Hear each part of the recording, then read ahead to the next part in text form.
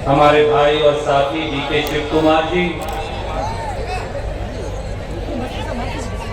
प्रदेश के पूर्व मुख्यमंत्री, एक जाबाज और बहादुर नेता जिनको आप सब मोहब्बत करते हैं, सिद्धारमैया साहब, एक और ऐसे बहादुर नेता जो पूरे देश में आगे बढ़कर मोदी से लोहा लेते हैं। विपक्ष के नेता, हम सबके आदरणीय मल्लिकार्जुन खड़गे साहब, वो नौजवान जो मस्की का नहीं, पूरे कर्नाटक का भविष्य है। कौन? बोलकर बताइए नाम, और जोर से बोलिए। जी बिल्कुल, बसवन्ना गौड़ा जी, ध्रुव नारायण जी, अखिल भारतीय कांग्रेस कमेटी के सचिव मधु गौड़ याक्षे जी, कांग्रेस कार्य समिति के सदस्य गरीब के साथी तेज मुनियप्पा साहब, NS बोस राजू जी, बयापुर अमर गौड़ा जी विधायक, DS होलेगिरी जी MLA, बसन्ना गौड़ा जी MLA, बसवराज पाटिल जी MLC, हम्पन्ना गौड़ा जी ex-MLA, राघवेंद्र जी MLA, राया रेड्डी जी पूर्व मंत्री, करियप्पा जी, डॉक्टर पुष्पा अमरनाथ जी मंच पर बैठे और मेरे सामने बैठे बुजुर्गों, दोस्तों, नौजवान साथियों, मातृशक्ति, एक नारा जोर से लगाइए, भारत माता की। तो पीछे साथी बैठे हैं, अभी वो जोर नहीं लगा रहे, 4 बजे से आए हैं, मुझे मालूम है। एक बार और लगाइए, भारत माता की। देखिए, मस्की में हिंदुस्तान की सबसे पुरानी, इस पूरे इलाके के अंदर, मुझे ध्रुव नारायण जी और रेड्डी साहब कह रहे थे कि सबसे पुरानी सोने की खान है। तो सोना तो हमारे पास है और कीचड़ वहां चला गया, भगोड़े भाग गए और सोना हमारे पास, कांग्रेस के पास, सोनिया जी और राहुल गांधी जी के पास छोड़ गए। दोस्तों, साथियों, मैं थोड़े समय में मेरी बात कहूंगा। ये चुनाव इस प्रांत के भविष्य का निर्धारण करेगा, इसको तय करेगा। ये तय करेगा न केवल इसको कि एक भ्रष्ट सरकार को चलता करना है, पर यह भी तय करेगा कि अब नौजवान इस प्रदेश का और इस इलाके का प्रतिनिधित्व करेंगे। बुजुर्गों, साथियों, आज इस प्रदेश के अंदर एक नाजायज सरकार है। ये सरकार जनता के वोट से पैदा नहीं हुई, ये सरकार आपके प्यार और आशीर्वाद से पैदा नहीं हुई, ये पैसे और भ्रष्टाचार से पैदा हुई सरकार है, ऑपरेशन कमल से पैदा हुई सरकार।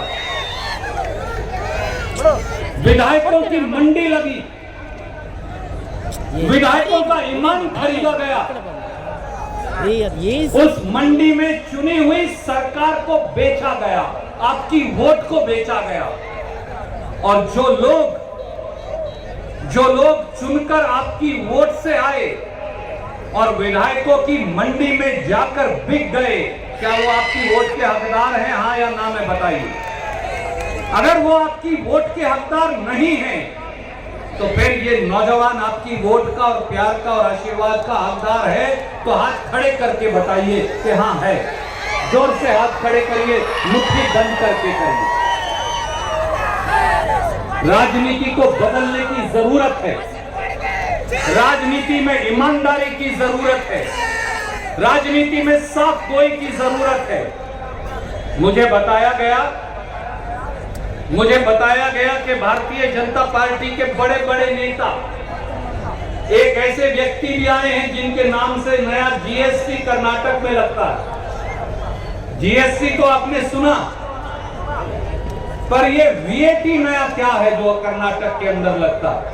कहते हैं कि यहां विजेंद्र टैक्स लगता जीएसटी के साथ साथ। यहां हर धंधा करने वाले आदमी को विजेंद्र टैक्स भी देना पड़ता है, पर उस टैक्स से आपका ईमान नहीं खरीदा जा सकता, आपकी वोट, प्यार और आशीर्वाद नहीं खरीदा जा सकता।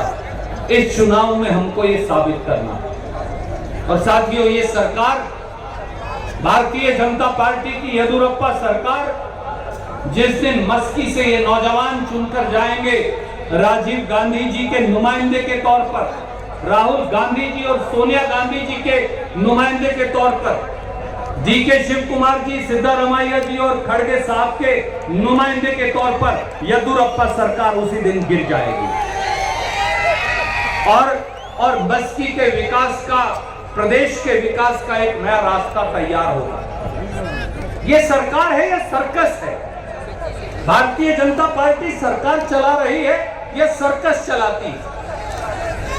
लगता तो है कि सर्कस चलाती, क्योंकि ईश्वरप्पा साहब, ये हम नहीं कह रहे, ये सिद्धारमैया साहब या डीके शिव कुमार जी या खड़गे साहब या मुनियप्पा साहब नहीं कह रहे, ये ध्रुव नारायण जी नहीं कह रहे, ये येदियुरप्पा जी के मंत्री ईश्वरप्पा जी कह रहे हैं। सरकार का अपना मंत्री, पंचायती राज का मंत्री, ग्रामीण विकास का मंत्री जाकर गवर्नर को पत्र लिखकर कहता है कि मुख्यमंत्री मेरे को काम नहीं करने देते, मेरे विभाग के वित्तीय फाइनेंशियल फैसले लेते।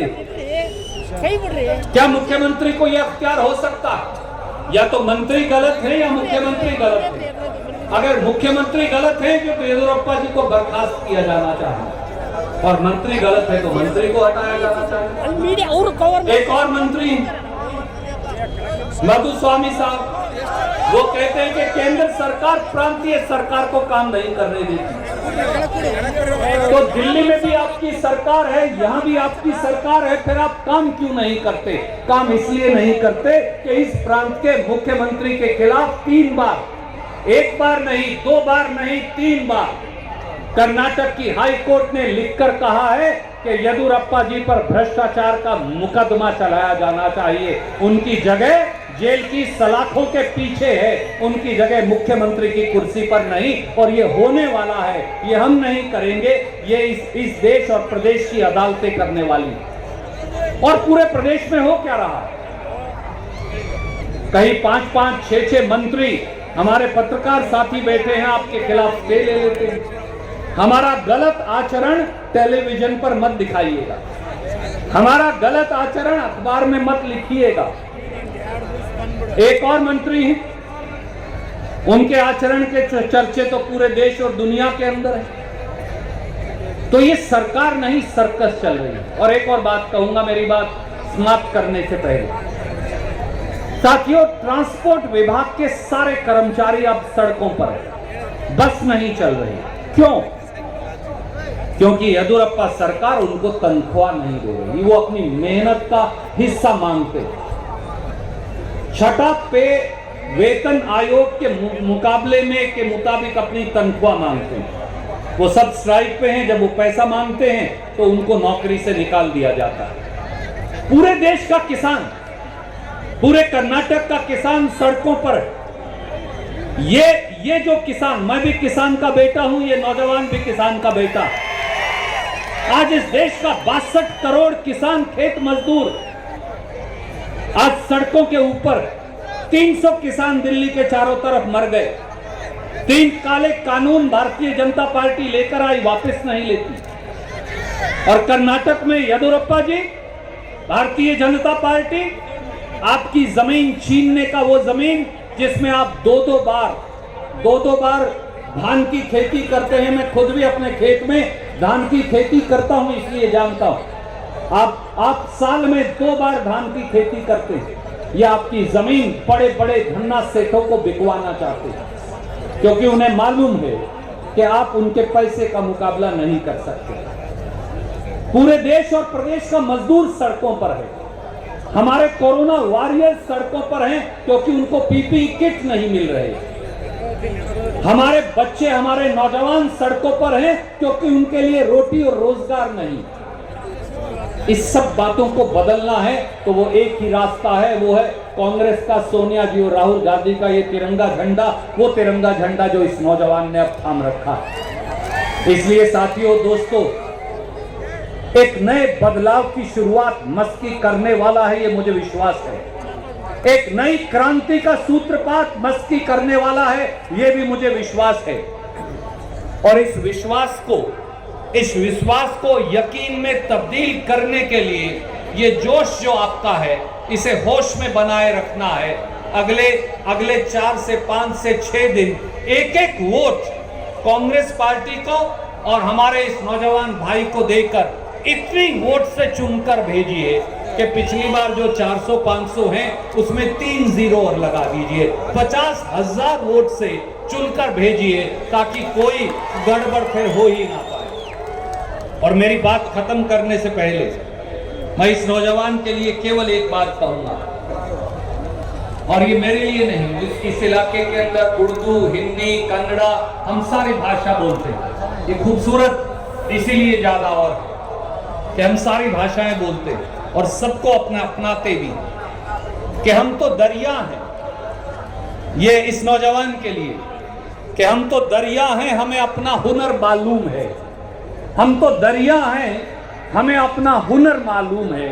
जिस तरफ भी चल पड़ेंगे रास्ता बन जाएगा। मस्की के तरक्की के रास्ते के लिए, एक नए विकास के लिए, एक नए नौजवान को आगे ले जाने के लिए कांग्रेस पार्टी को और हमारे इस भाई को जिताकर भेजें और फिर देखें कि विकास का एक और नया रास्ता और दरवाजे कांग्रेस पार्टी आपके लिए खोलकर दिखाएगी। बहुत बहुत शुक्रिया। जय हिंद।